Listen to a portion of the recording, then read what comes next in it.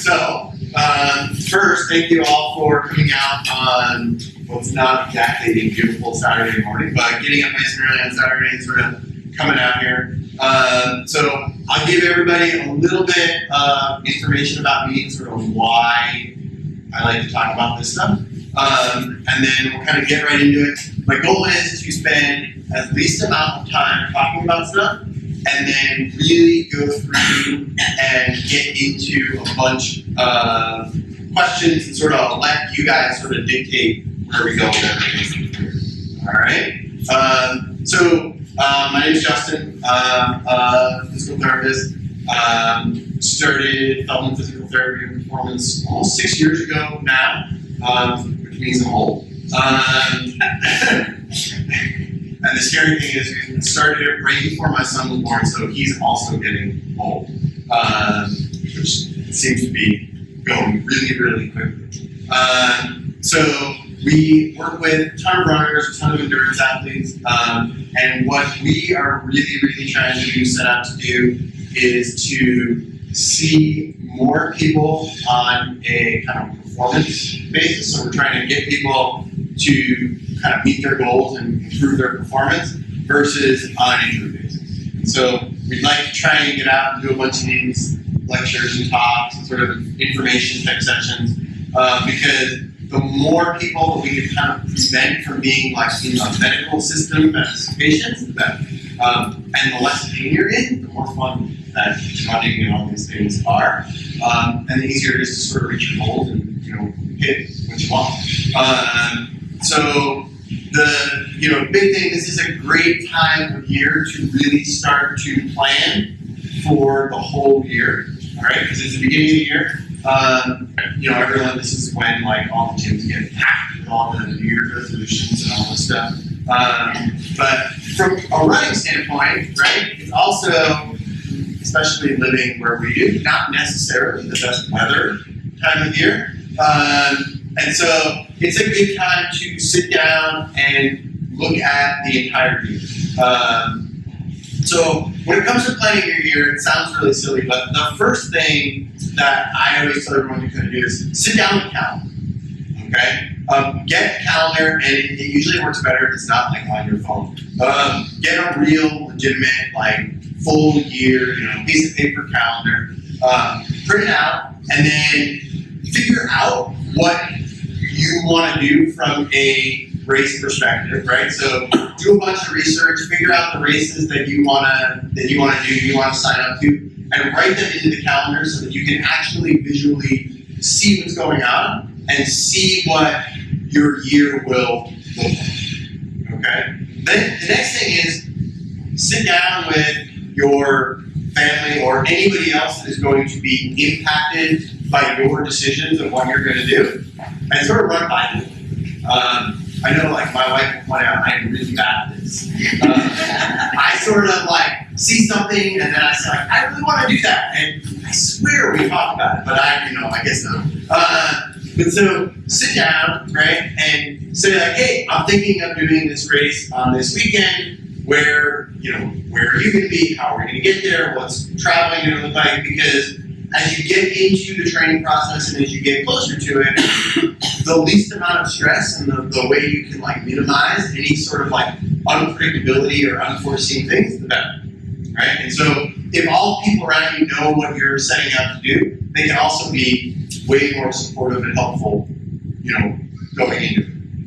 The other thing is if you write it all down on a calendar, you can figure out how all of these races plan into your general life. So, figure out how it relates to family vacations. And, hey, that race happens to be 4 weeks after our big family vacation to wherever you might be going. How's that going to play in? Am I going to be able to train while I'm there? If you're doing a marathon, that might be your, big 18, 20-mile weekend. Do I really want to do that while I'm away in the heat of wherever? Maybe I should pick a different race or pick a different vacation, but the rest of the family might not. So that one, right?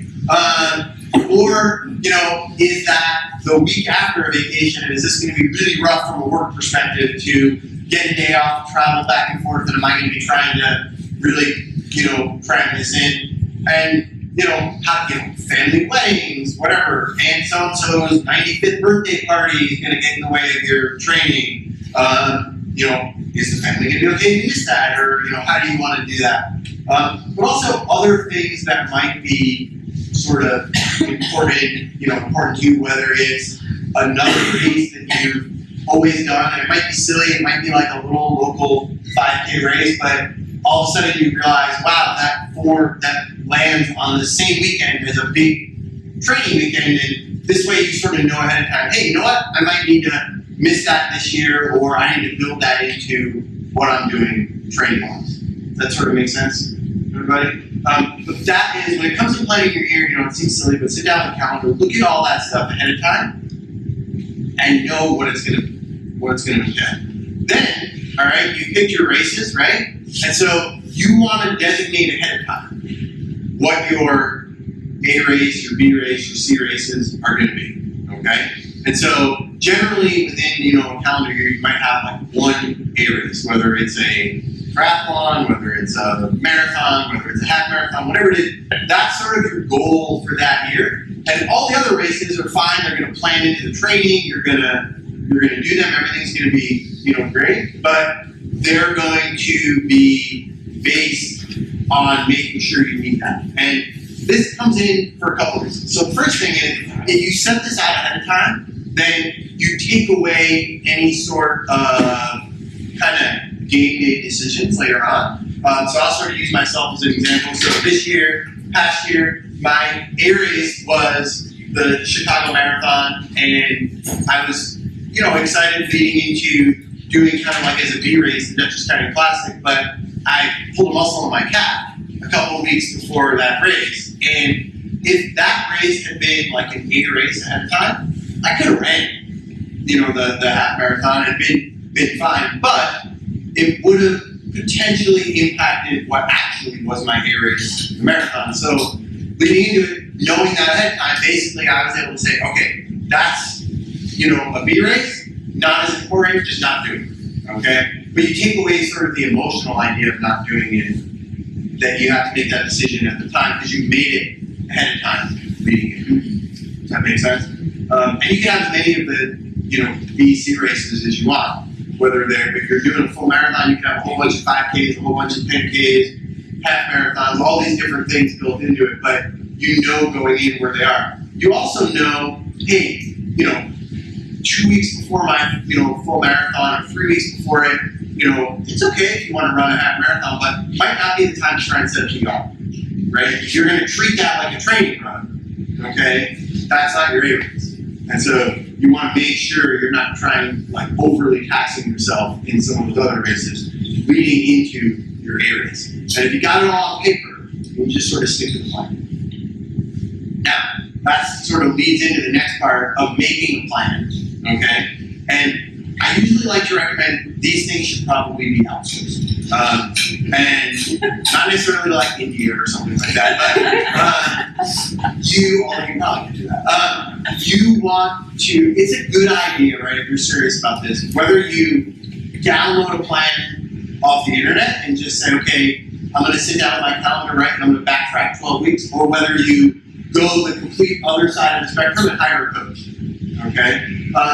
But making your own plan is usually pretty risky because it's really easy to bargain with yourself and make changes to the plan that you made, okay? And so if you made your plan and it gets to 8 miles or whatever, and you're like, all right, all my friends are doing 10 miles, that's fine, I'll do 10, and then all of a sudden you end up with a lot of like erases and cross-outs and scribble. But if you either have a plan that you're just sticking to, it's a little bit easier to say like, well, I didn't make this, I don't know how to modify it, right? Or if you go the other way, you have a coach that you're answering to, then it's nice because they're holding you accountable and saying, hey, what the hell are you thinking? You're only supposed to run 8 miles, where are you going out there doing 15, 20 miles, whatever it is. Everybody's kind of been there, right? But it's important because when it comes to preventing injuries and sort of hitting your goals successfully, right? One of the things you look at is not doing too much too soon, right? And not overloading your system before you're necessarily ready for that. And if you're sticking to a plan, you take out that mental game of like, oh, I feel fine. All my friends are doing it, or you get that like peer pressure idea of like, come on, you'll be fine, just go, it's okay. Or yeah, you can keep up with us, it doesn't really matter, you'll make it. And then all of a sudden, yeah, like you made that 11 miles with your friends, but then you missed 2 weeks of training because you were limping around on a full hamstring or something, right? Or, everyone's doing speed work today, and so, yeah, what the heck, I'll go out and I'll do some speed work, except your plan really calls for a long run the next day, and that's not a great thing. And so you get into that by outsourcing that idea and sort of doing it. You basically just flip the page on the calendar, great, it says to do this, boom, done. And some of the technology, some of the stuff is amazing. I mean, you can download these apps. I know like Garmin just came out with this thing. You basically put it all on your watch. You wake up in the morning, you hit the button, and it just tells you what to do, and you just go out and do it. You don't even need to, in theory, you don't even need to look at the calendar. I mean, I guess it helps if you have to figure out how long you have to go for it. Turns out that was a 2-hour run, and I'm going to work. Doesn't matter. Running's more important than running. Worst case for the internet. That's true, right? We have that on film. It's on film. My boss. Yeah, go for it, right? If anybody argues with you, say Justin says no. Unless they know me and know how to get in touch with me, then don't bring up my name. So as we sort of get into that, we'll kind of like take a pause. Do we have any questions about that idea, sort of like where to go into that stuff? Anybody? Someone's got to have a question. Well, sometimes if you're in the over 40 set, sometimes those training plans, they're adding too much too fast. Correct. Yep. And so you get to the point where like you can't follow the plan anymore if you're actually listening to what your body is saying. Right. And as I've found, it takes me longer to adapt, especially in these really long runs. Mm-hmm.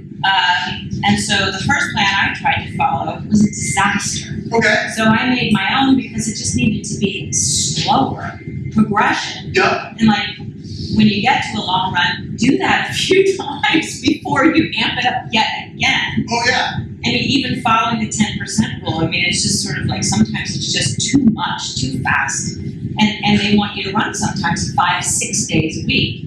And when you're my age, approaching 50, yep. Sometimes that's just not a good idea. Oh yeah. It's also not. Yeah. So my point is, you say don't do your own plan, but at the same time, a lot of these plans, like every time I try to do one, it just sets me farther back. That's where it's important to find a plan that you know will work with you. And so there's a couple ways of going about it. So one is get a coach. And so they're going to work around you, right? And you're going to sit down with them and you're going to say, like, the coaches that I work with are like the ones, because I do my best to follow all my own advice usually. But is the idea that, okay, every Sunday we're going to chat about what's coming up in the week, right? And okay, this is what you have coming up this week in your life, and we're going to look at the training from the week before, and they're going to say to me, okay, I wanted you to get this run in at this amount of time, but this is what you did. So they have a plan for me long term going forward, but it changes every week based on how I did the week before. Or it might mean you're following the wrong type of plan. And so that might mean that the plan that you're following is going off of either volume based on miles, and you might do better based on minutes. Or you also, the plan might not be taking into account, or when you sort of, download one and follow off the internet, you might not take into account well enough the volume of minutes, say, and the intensity. And so those two things combine. And so like a lot of the different, like some of the people that we see as patients that we're trying to get them back into running, we never really go by minutes or miles or distance or any of those things. It's sort of this like made up unit of give me what you think your intensity was. So rate it 1 to 10, and then multiply that by the minutes, and that's how we're going to rate that workout. And that's the number that can go up by 10%, but not necessarily the minutes or the miles, because a 6-mile run or a 60-minute run, say if you're running 10-minute miles, will be of very taxing amounts on your body based on the terrain that you're running it on, based on how you slept at night, based on how you ate the day before, all sorts of things. And so if you just kind of give me a rating of how you feel that run went, and then we multiply that by the minutes, it gives you your own unit to go by. Does that make sense a little bit? Where you kind of run into problems is if you're following a plan, so you download a plan, you're following it, and you start to fall behind, where you say, I'm not ready for this intensity or this distance, or I'm not able to keep up with the volume that they want, then it becomes a snowballing effect, which is sort of, what you've experienced, because all of a sudden, you're not necessarily ready for the next week, then you're less ready for the next week, then you're less ready for the next week. Then you start to make your own modifications to the plan, and now you're not really getting what you want out of it, and you're not really ready for what the plan thinks you should be doing next. So it sort of makes sense a little bit? And so it means you want to find a plan. Like when you look for a plan, if you know you're not going to be able to run 5 to 6 days a week, you want to find a plan, and they're out there, that are 2 to 3 day a week plans. And there's plans that say these are high mileage plans, right? Or they're high intensity plans. Okay? Generally, you don't want to mix of both, but you want to make sure that you know which of those is right for you. And so there are people that do great on high mileage plans, right? They run slow, they run for long distances, they do great. Personally, I do better on more of a higher intensity plan, where I'm going to try and not run as many miles, but the miles I do run are a higher intensity, but that doesn't work great for other people. And that's where it's very individual and very personal. And it's important that whichever one you pick works good for you. Good. The Garmin you mentioned, do you know about the recovery and the training plan? They work together? Garmin's do not. Okay. But there are things out there that do. But the Garmin one doesn't so much. Yeah. It doesn't build into the training plan. Any other questions? All right, so that leads into the last thing before we start to talk about some strength training stuff. And that is sleep, rest, and recovery, and those sort of things, okay? So a lot of running, right, you hear all these things about all these like overuse injuries, okay? A lot of those things are way less of an overuse injury, right? And more of an under-recovery, okay? And so even when you're talking about kind of not necessarily being ready for the distance that they're asking, right? Were you able to recover from the workout before going into that workout? And if not, then that's where, the problem lies. And these are things that require a lot of pre-planning, okay? And so basically, anybody who hasn't heard me give my sleep talk want to guess about how many hours of sleep is the minimum that you need to survive while training? Yeah, 8 to 9 is about the minimum, right? And that doesn't mean lay down in bed and start the timer, right? That means I fell asleep and I'm in a good sleep for 8 to 9 hours, right? And that last 30 minutes where you're sort of tossing and turning doesn't count, okay? And so that is a super important part of it because, again, that will snowball, right? And so sleep is annoying in that you can accumulate sleep debt, right? So if you sleep 7 hours and then you sleep 6 hours, and all of a sudden you're in this sleep debt thing, right? But you can't bank sleep. So it's not like you can like sleep 11 hours on one day and say, great, go for 5 the next day, okay? But also, you can't catch up. And so it's like a really bad financial system. You can only go into debt. And so it's important that you keep up with what you need. And this goes back to the beginning of knowing what your goals are ahead of time and sitting down with your family and saying, hey, like, might seem weird, but because of what time I have to get up to get my run in, to get my training in, to do what I need to do, I gotta go to bed at 8:30 tomorrow.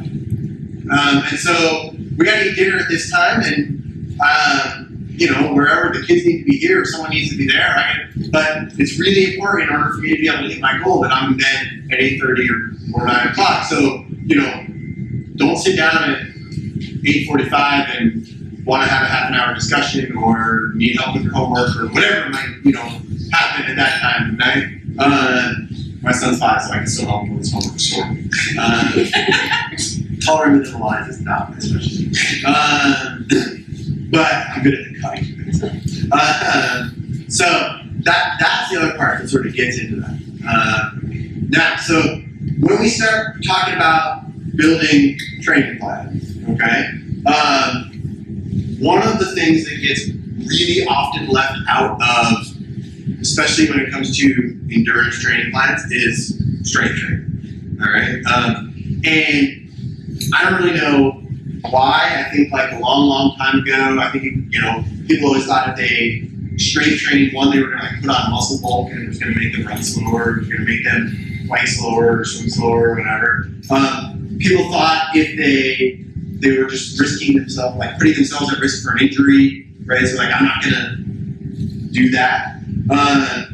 But it is really probably one of the more important things that you can build into your training plan from a injury reduction standpoint, right?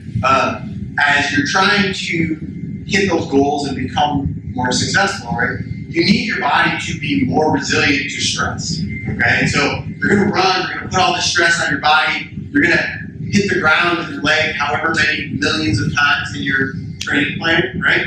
It needs to be resilient to the little things that might come and happen while you're doing it, okay? You're also asking it to absorb the force of your body landing and then bring the force of your body forward over and over and over again. And so you're asking it to do all these difficult things. And so you really, building that muscular strength, that muscular endurance, and building it, not necessarily maintaining it where it is really important from a performance standpoint. And so I don't really know kind of like how that idea started, but I mean, if you look back in pretty much every sport, right? If you look at like baseball and like the Babe Ruth days, right? Like they hated strength training and they thought hot dogs and beer would make them better baseball players. It worked for him. But you look at like golf before Tiger Woods kind of came on the scene, and everybody sort of said, "Oh, it's going to mess up your swing, it's going to slow you down," and they sort of gotten away from that. But running and a lot of endurance athletes, I mean, even if you look into like certain Olympic athletes, or whatever, if you look at some of the polls about how much they do this, it's really not nearly enough. And so, just out of curiosity, like, what's everybody's background from a strength training perspective? How much do people do? Anybody do like 0? All right, yeah. Good. Twice a week. All right, nice. So that's the goal. Yeah, twice a week. Body weight, weights, what are we doing? A little bit of both. Okay. Nice. So I was just wondering, what if it's the other balance where you're doing that 3 to 4 times and doing running 2 to 3? I think that's fine as long as it fits into your goals of what you're looking to do, right? If you're looking to, run a 3.5-hour marathon, you might need to move it depending on where your timing is and what you're doing, but that's fine as long as it fits into your goals. And I would say that's better than the other side of underdoing the strength training. I think the other thing that people get fearful of with strength training is being too sore to run. People say, like, oh, I'm going to be too fatigued, I'm going to be too tired to run. And that's where the planning part comes in, right? And so we look at trying to get people into lifting, for weights, right? I want you to be moving around a load that is more than what you are. If that makes sense, okay? The technique and the skill and make sure you're doing it right and all that, that's the key for the injury prevention side of it, making sure that you're not going to hurt yourself doing the training, right? But also the rest and the recovery between sets and what you're doing. And so the most common mistake that you see with strength training and weight training, right, is people trying to get it done to get out of there and go in and do something else, whether it's go to work or whatever you need to do. But so let's say you're doing, squats, right? We want you to try and be working somewhere around like 80% of what your like 1 rep max, like your max effort would be, okay? And so let's say you're doing, 3-4 sets of 8 of that, right? You need like 1 to 2 minutes of rest between each set. You've got to let yourself sort of recover from that, okay? And you want to pick somewhere around 3 to 4 movements per workout. This is kind of where we recommend starting, okay? And before you get into that load, it's important that you get the skill of that movement down, okay? So we'll sort of go through a couple different movements and kind of chat through a couple different things. But as you get that skill down, right, and you build that strength up, okay, you'll be able to move more weight, you'll get more efficient at it, and you'll find that you're less sore after you're doing it, okay? But in the beginning, you want it balanced out with your run, okay? And so you want to make sure, let's say you know that Saturday is your long run day, Friday night, probably not the best time to do a big, heavy lifting thing. But if you know that Wednesday, right, you're only going to run 3 miles and it's not at a crazy pace and that's what your plan says, right? Then Tuesday, Thursdays are a good way to kind of build in some strength 2 days a week. And try not to bookend that, right, with a run right after. So you're not necessarily going to go off and do that. So if you have to strength train to run on the same day, I always like to have you run first. I don't want you to be tired from the strength training and start to affect your mechanics and everything else running wise. Good. If you're running 3 to 4 times a week, when should you try to fit in a leg workout? You're trying to build strength, like for the legs and the takeoffs you're talking about. Yep. So some of it's going to depend on what your leg workout is and where it would be, but most of it depends on how you structure your, what do you say, 3 to 4 days a week? Or? Yeah. Yeah. It depends on how you structure that 3 to 4 days a week of run. So for me, for example, I always like to run on Monday. Okay. I don't know. There's something about starting the week off and just like doing it. I hate having like Monday as a rest day. Then I feel like I'm just lazy all week. But Wednesday, like by the time you hit the middle of the week, things pile up, whatever. It's like Wednesday is a good rest day for me. So I'll make sure that Tuesday is a lifting day.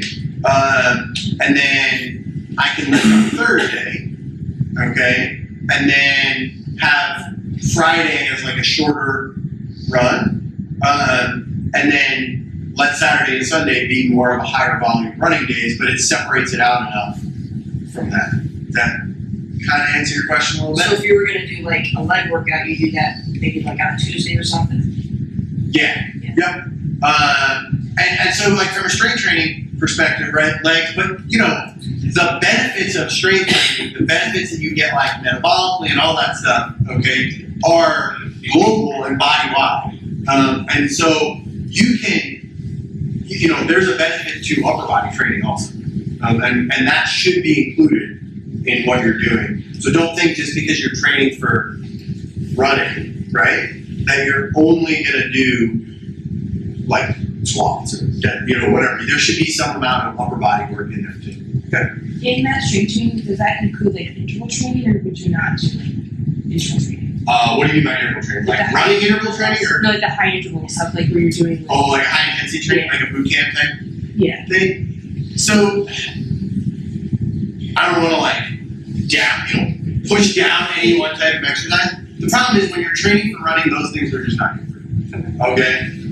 Because They're emphasizing speed, right, over technique a little bit, okay? Also, there's a lot of ground contact, okay? So then all of that ground contact adds into what you're doing running, right? So now all of a sudden, that volume is getting higher, right? Of the amount of like impacts you're doing on the ground and those sort of things. Also, the weight side. Because in order to do that high intensity, the load is a little bit lower. Makes sense? And so you're not going to get that same benefit as what we're looking for. And there's not the recovery in there because it's just the way that those workouts are great for what they're great for, but they don't pair well with trying to improve your body. Someone else had a question? Just wondering, because the high intensity definitely helps me get faster, I think. Yep.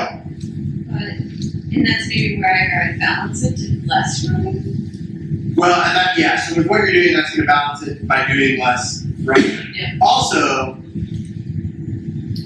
everything will help you at the beginning if you're doing nothing. Does that make sense? Right. And so then all of a sudden you're going to hit a point though where, all right, I'm not really getting any better from here. I've hit this plateau. Right? Where do I want to go from there? And that's where you can make the difference. What else we got? Any other questions?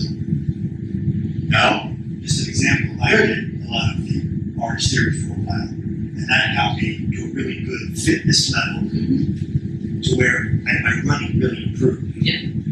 But it gets to a point where you have to stop. Making sure, check my notes, make sure I didn't miss anything super big. And I thought also I wanted to mention, I think the strength training also helps with the trails, balance. Yeah, You know, the trails. I was going to say, so that was sort of my next thing that I caught that I missed on my notes, is varying the terrain for training, right? And so, if you're, let's say you're training for a road race, right? If you only run on the road, okay, it's a lot of repetition, it's a lot, going on. If you add some trails into that, okay, then your body has to learn to adapt, you have to get better at sort of balance, it's just a different skill set, you're just changing it up a little bit, right? If you're training for a trail race, if you only run on the trails, okay, you might miss out on being able to maybe build some speed from not having to worry about tripping over a stick or a log or something like that, or not necessarily having, depending on the trails you're running up, the super steep inclines that slow you down more. So you might have to run for longer, or you might be able to keep your pace up for longer, so you're going to build your endurance longer. And so varying the terrain really helps to break it up a little bit, okay? And it just makes it way less monotonous. I don't know. And it's fun too if you're varying the races and do that, that sort of thing. But also, right, you want to pay attention to back to the sort of like A race, B race, C race idea. If your A race is a half marathon, don't run a trail race the week before because you might be sore in different places, right?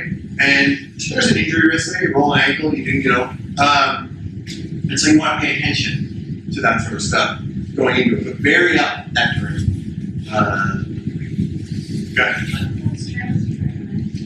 Closed trails? Close. Oh, closed trails. Oh, I was like, don't run on closed trails. I think a lot of them are closed now because the government shut down. So Vassar Farms is great. I like going in there. I don't closed. Oh, right. All right. They're out. They're like, the school's closed. Bowdoin Park has some good trails. Okay. Barrett Park has great trails. All the Roosevelt, like Vanderbilt areas up there is really, really good. Alaska has good trails. Fallstock has good. Yeah, there's just, like, especially around here, there's so many. The other, if you go on the other side of the river too, and you go into like the New Paltz area, I mean, their rail trail is more like a carriage trail type thing, and they had that river to river, not good with these. Yeah, ridge to river. Right? something, right? It goes from one place to another. And that's more like a carriage trail type thing. Like that Red Wing Park area is really, really nice. Roseville, Vanderbilt ones. I'm trying to think of the other ones that are good. I don't know if you're familiar with any of the there's a lot of the recreation areas, like there's like the 909 recreation area. You gotta watch out for, okay, yeah.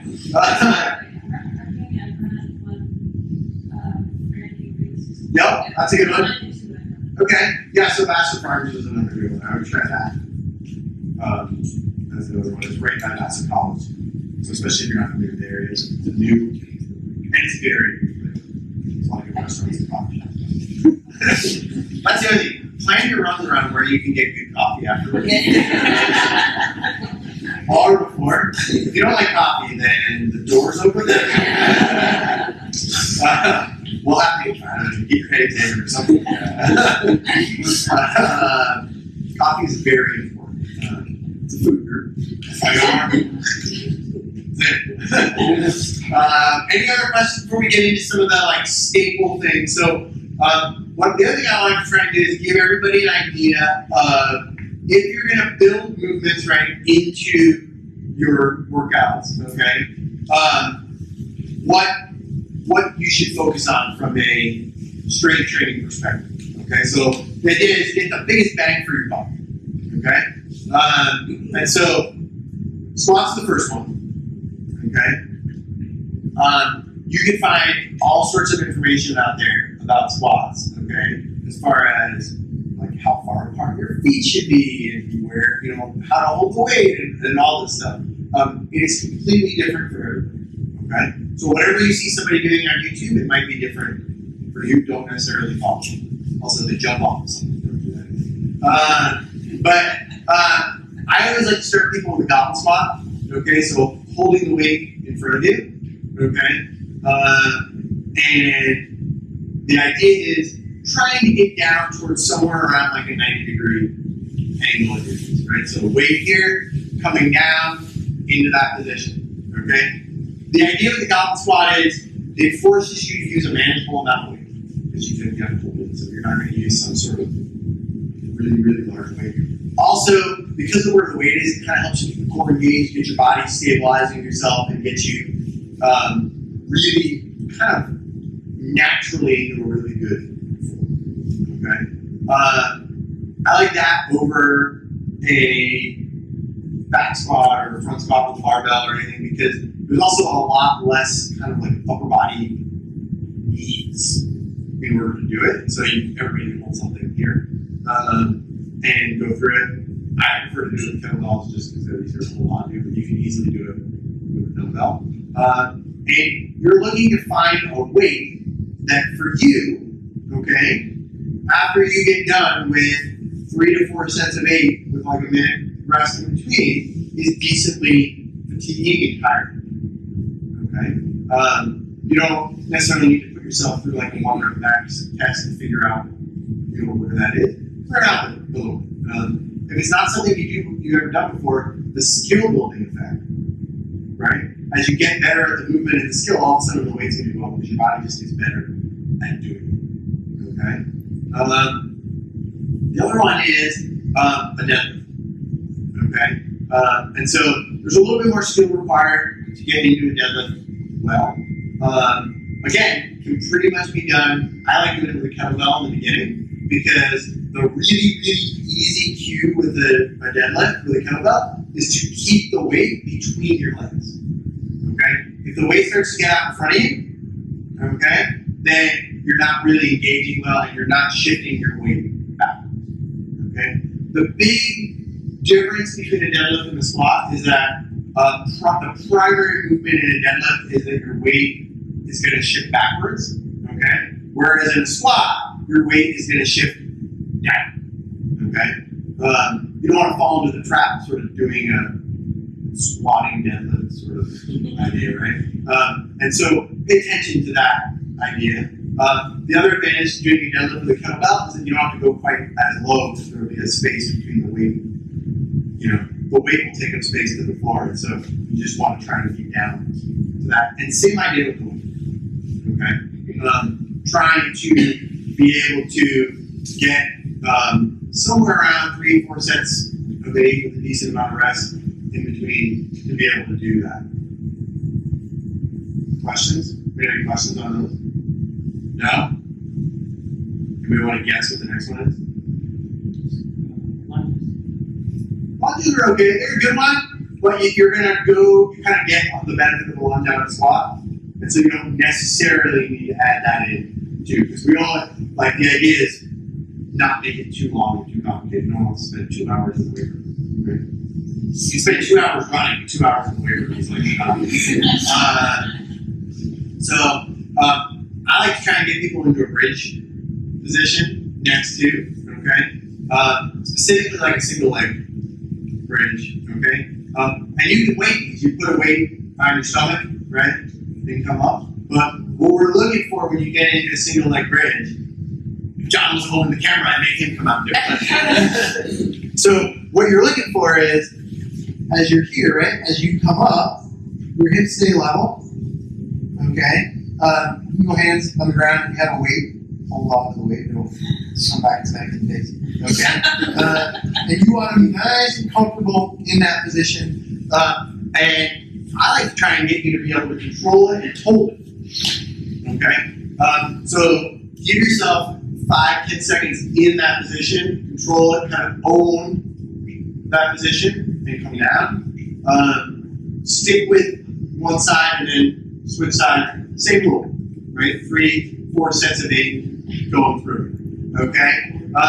You're working on that hip control there. Okay? So the idea of being able to stay up into that position, right? If my left leg's on the ground, it's very similar to when I'm running, and my left leg's on the ground, and I need to be able to prevent that drop of the other hip. And so that does a great job of paying attention, and sort of building that strength. Do we have any questions about bridges? Well, yes. I have a reconstructed left knee, ACL reconstruction, Mm-hmm. so one leg bridges can put a lot of pressure on that side. It's uncomfortable. Okay. I'm not setting them without being protected. I'm highly aware. Yeah. So is it just something that I have to be more conscious of working up towards, or is it something that I just really do need to be? It's something you probably want to build up towards more. Okay, that's a great exercise for an ACL repair, for a reconstructed knee, and that's one of the like if you were coming to see me after your ACL, I would basically pile those on. To you, It's a 20. I was very young when I had it, so it's. I guess I also, because it's so old, the reconstruction. don't try to make yourself sound so old. Don't it was half a lifetime ago. So I'm just, I guess, perhaps I'm a little too overprotective about it, but I just am very conscious of not stressing that. Also, you play around with where your knee is, right? So if your knee's really far in towards your butt, it's going to put a different stress on it than if you come out a little bit more. Okay, and so for you, I would play around with coming up on 2 legs, right? And then extending it. And playing around with where you need to be when you come up on 2 legs in order to not feel that stress through there. Does that make sense? Yes. Also, as you get better with the squats and the deadlift movement, then that's going to feel better. Okay. And so that might be something where as you build up some other strength everywhere else, you can get those in. That makes sense? So there's 2 other staples that I always like to put in there for everybody. The first one is push-ups. Okay? That is just a super efficient way of getting core strength, upper body strength, right? That thing you see, like if you ever watch a super elite marathon runner versus like Omar, when when like, the super elite marathon runner gets to the finish line, they are still standing up and they look like their posture is identical to the start of the race, right? When Omar gets to the finish line, okay, it looks like a little kid who like someone just stole his favorite toy and he's like all slumped over like this. But okay, being able to have that strength and that control of your posture and your body, push-ups are just great at building that. Okay. And they fit well into that scheme because for most people, right, doing, if I was going to tell you I wanted you to do 4 sets of 8 push-ups with perfect, really, really good form, nice and slow, that's going to kind of be approaching your sort of like max of what you can get done. Okay? And if you do that, like washing your hair the next day is going to be a little difficult. You'll feel that. Okay? The last one is weighted carries. All right, and so get some weights and carry them. It's really a catchy name, they carry. Right, but it's kind of like known as like farmers' walks or farmers' carries, that sort of idea. But you're working on building up to almost having like half of your body weight in each hand. Okay, start below that, but you want to try and build up to that goal. Okay, somewhere around 30 seconds where you're looking to walk for, but up tall. Right? We're not looking to like hold the weight down here, up really, really tall. And you want to be able to walk and control your movement and go through that. Somewhere around 4 rounds in 30 seconds, holding all that weight up there. Okay? That is a really great way to get all sorts of things strengthened and made more efficient. And you can just sort of envision carrying over right into a running idea where as you're doing that, right, you're moving, boom, I'm up here. Now I need to control for all this load while I'm on one leg, but I'm bringing that other leg into the ground and then I need to control for it on the other side.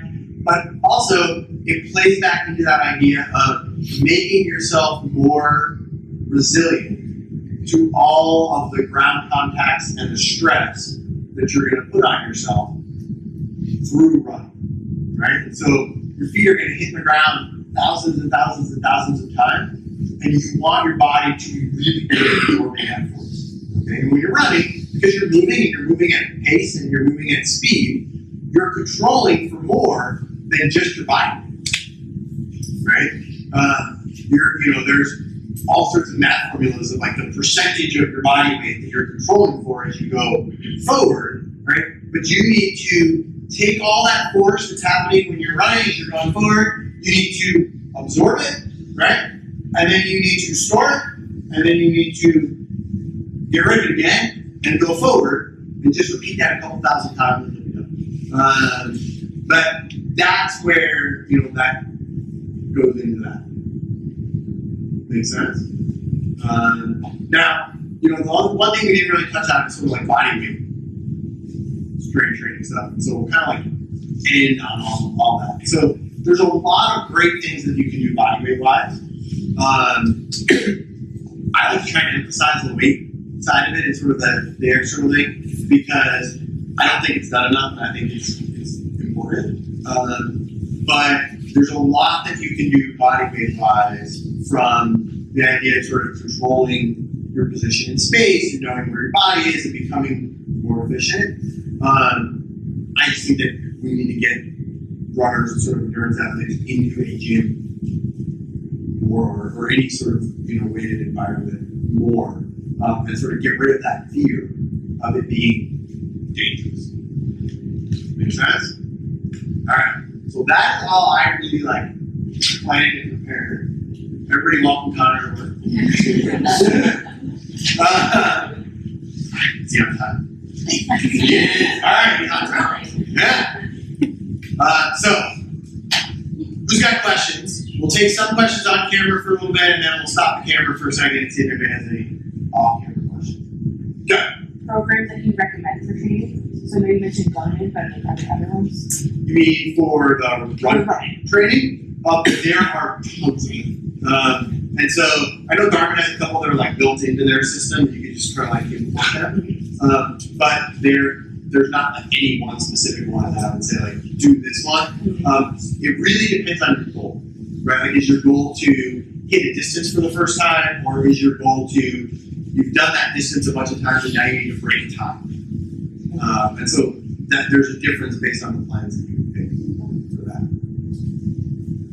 So you're saying this weight training, strength training twice a week. Yeah. Can you substitute one of those with yoga?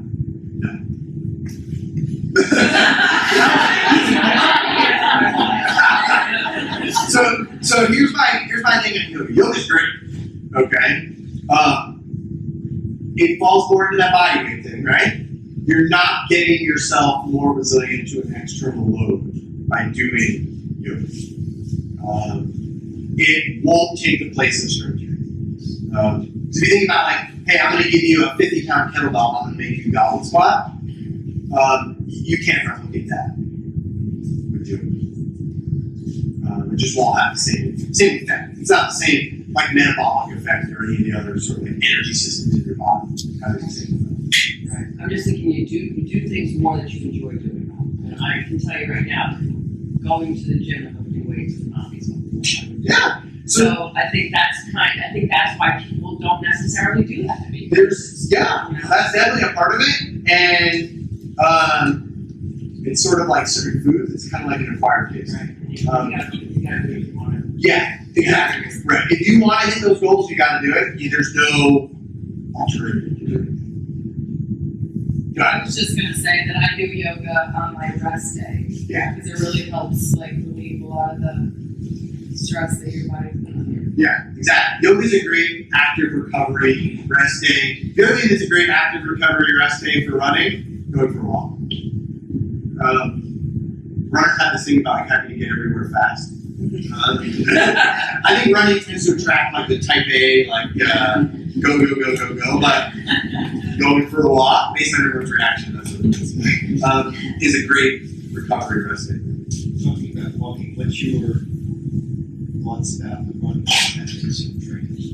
I think it's great if it fits what your goals are and where you're going. And so it's always like you drive it, like, it depends. If that's what you're going to do in the race, then that's how I would train.